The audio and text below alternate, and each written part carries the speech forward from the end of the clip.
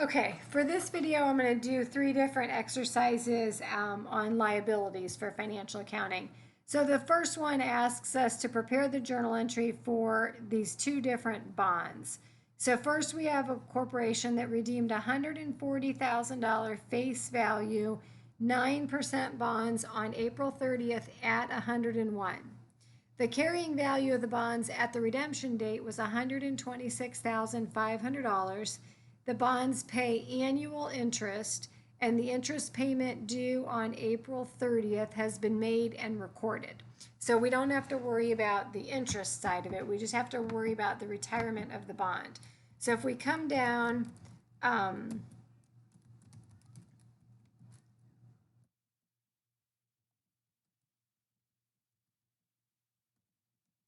right, so our transaction happens on April 30th. So that's my date. The account, I'm redeeming these bonds. So my debit account is going to be to take the bonds off of the books. So it's going to be bonds payable.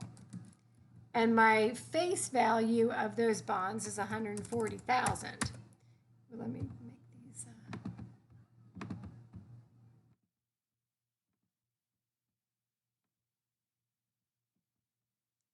Okay. Okay, so then that I know for sure my debit is. But then as I read it, it tells me that the carrying value of the bonds was $126,500. So 140,000 minus 126,500 must mean that I had a discount on those bonds of $13,500. So my discount on bonds payable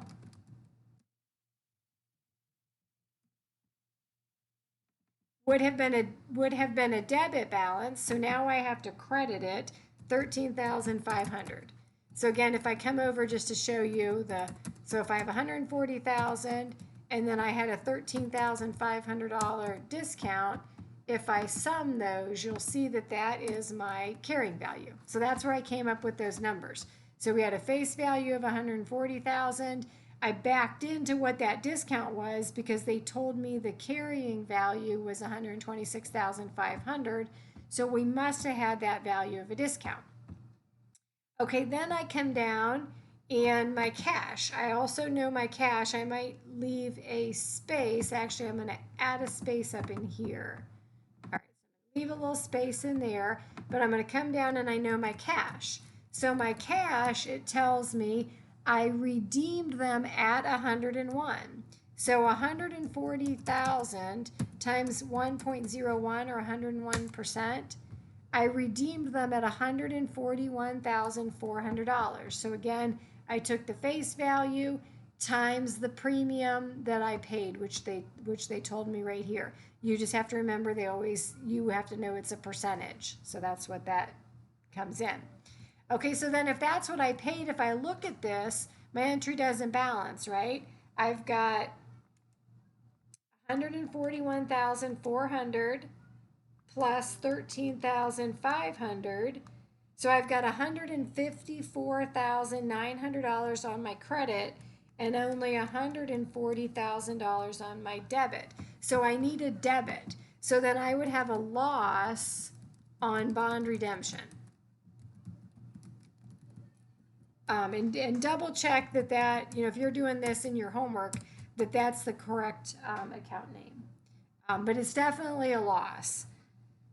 So we've got, and then you might think, well, then why do they do it? Well, they might think I'm going to take the loss now, but I can refinance this and make more money in the long term. So get rid of the debt now and pay the price, and then hopefully pay lower interest in the future.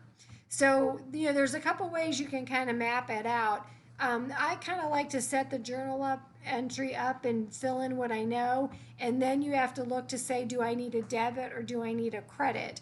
If I need the debit, then I know I have a loss. If I need a credit, I know I have a gain. But then the other thing you could do is come over here and say, okay, well, that's my carrying value. So if I paid $141,400 to relieve myself of $126,500 of debt, again, I've got that $14,900 difference. And then just think about that. If you're paying more to relieve your debt, you're having a loss. Okay, then we come to the next one. They redeemed $170,000 face value 12.5% bonds on June 30th of 2022. So that's my date. The carrying value of the bonds at the redemption was $184,000. So then these ones are going to be at a premium. The bonds pay annual interest, and the interest due has been paid and recorded. So we're not really worried about that. We're just worrying about how do we get them off of our books. So we redeemed them at 98, but right now we're carrying them at a premium. So I'd go through the same thing to say, okay, well, I know I'm taking the bonds payable off of the books. I'm redeeming them at the face value of $170,000. But then in this one, I almost don't have to do the math off to the side. It's just a $14,000 difference. And in this case, though, I know it's a premium because it's more. The carrying value is more than the face value. So then it's a premium of $14,000. So I have to take that off of the books as well. So that right there's my face value. Again, I'm going to leave a little gap here and then come down and say, okay, well, I also can figure out my cash. So my cash is the $170,000 times, again, it's at 98, which is 98%, so that'd be 0.98. So that's $166,600 that I paid to relieve myself of this debt. So in this case, I'm going the other direction. So if I come over here and say, okay, I have $184,000, if I'm paying $166,600 and I'm relieving myself of $184,000 of debt,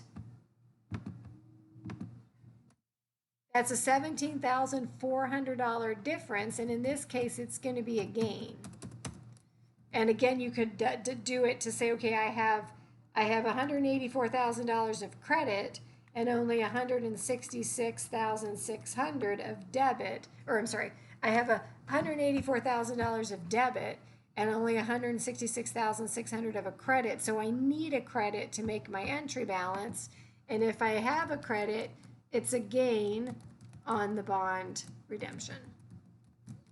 So always know your loss is a debit, your gain is a credit, and then think about that logically too. If you have to pay more to relieve a lower amount of debt, you're going to have a loss. If you're paying less to relieve a higher amount of debt, you're going to have a gain. Okay, so those are your entries for that one. Okay, then we come to the next one, and this one talks about a mortgage payable. So it issues a $300,000 10% mortgage note to finance the construction of a building, December 31st, 2022. The terms provide for annual payments of $50,000. So then they'd like us to record the mortgage loan and the first two payments. So the recording of the mortgage loan, hopefully, is easy. Let me copy these over. I don't have to copy all of it. Let me just copy the headings.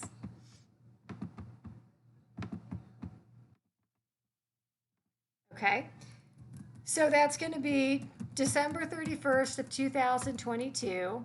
My account is going to be to building. And it's going to be for $300,000. Make these an accounting number. Okay.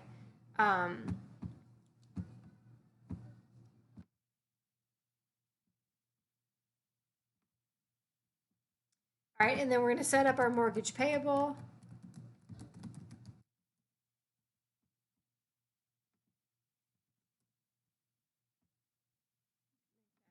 Row or that column a little bit bigger.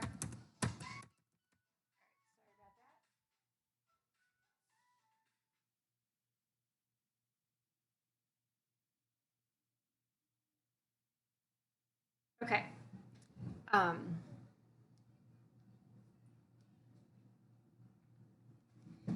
So that's our first entry. Then the first two payments. Now this is, I can't really do this. I'm gonna do it over here though. I'm going to use my financial calculator again because you had them for business analysis with algebra, and you should hopefully be using those or know how to use them. So here we have it is. Oh, it doesn't give me the time of the mortgage, so maybe I cannot use my financial calculators. I need to know the length of the mortgage in order to do that because I need to have an N. All right, so it doesn't give me the information to do that. So then what I'd have to do then is at the end of every year, I would have to say, okay, I'm going to be reducing my mortgage payable and I'm going to be incurring interest expense. And then I'm going to credit cash. So I know my cash is $50,000 because it tells me the terms provide for annual installments of $50,000. If I take my mortgage of $300,000 times my 10%, I'm going to have $30,000 of interest expense. And then you could, if you want to think of it in terms of a year, it's 1 year because we're making annual payments. So then that would leave a $20,000 reduction in my mortgage payable. So my mortgage payable is going to go from $300,000. It's going to be reduced by $20,000, and I've got interest expense of $30,000. Okay, then we would do the same thing at the end of the next year. So again, we're going to be reducing. Why does it with my M? Why does it do that? It doesn't like my M for whatever reason. Okay, there it goes. So we're going to reduce our mortgage payable. We're going to charge interest expense. And then we're going to credit cash. Now, again, this is why I kind of wanted to use my calculator. But again, I couldn't do it there wasn't enough information provided. But here, my interest expense, it's going to go based on what my new mortgage payable balance is. So now it goes down to $280,000. So we reduced it by $20,000 when we made last year's payment. So I'm going to take the $280,000 times the 10% times 1 year. So now my interest expense goes down to $28,000. So then my mortgage payable balance gets reduced by $22,000. And then that would continue each year. Interest expense is going to go down, and the more money is going to go to the principal to reduce the payable. So then that would be what you'd have to do for your mortgage entries. Okay, then finally, our next exercise is looking at, we have an adjusted trial balance, and they want us to prepare the long-term liabilities section of the balance sheet. So interest payable is going to be a current liability.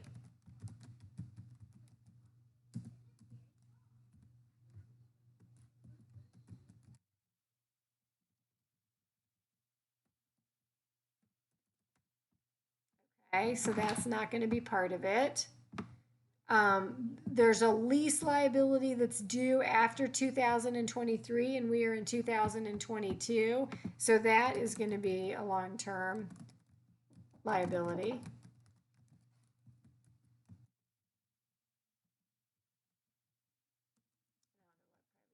Or lease liability.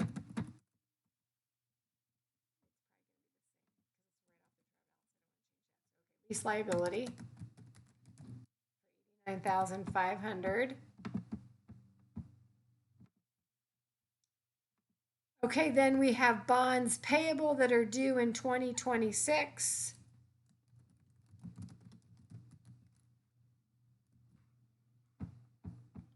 And actually, I'm going to move this down.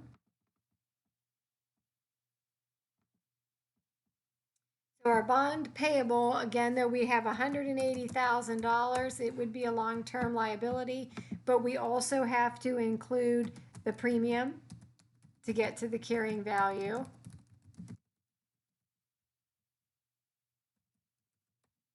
And then we would really want to, like subtotal those. So let me add a little.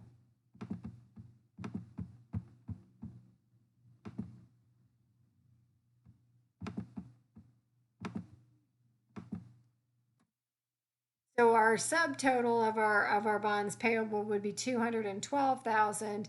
We'd have a long-term lease liability. So then our total long-term liability would be the bonds plus the lease. So then that would be our total there. And again, we could format that a little bit different. Okay. So again, you just want to be able to look through a trial balance and then pull out what would be current and what would be long-term and be able to kind of identify those. Okay, so that is the sections that I wanted to cover. And then of course you also want to know how to do your journal entries for your bond interest. But there's a separate YouTube video from the publishers on that one, so you can watch that.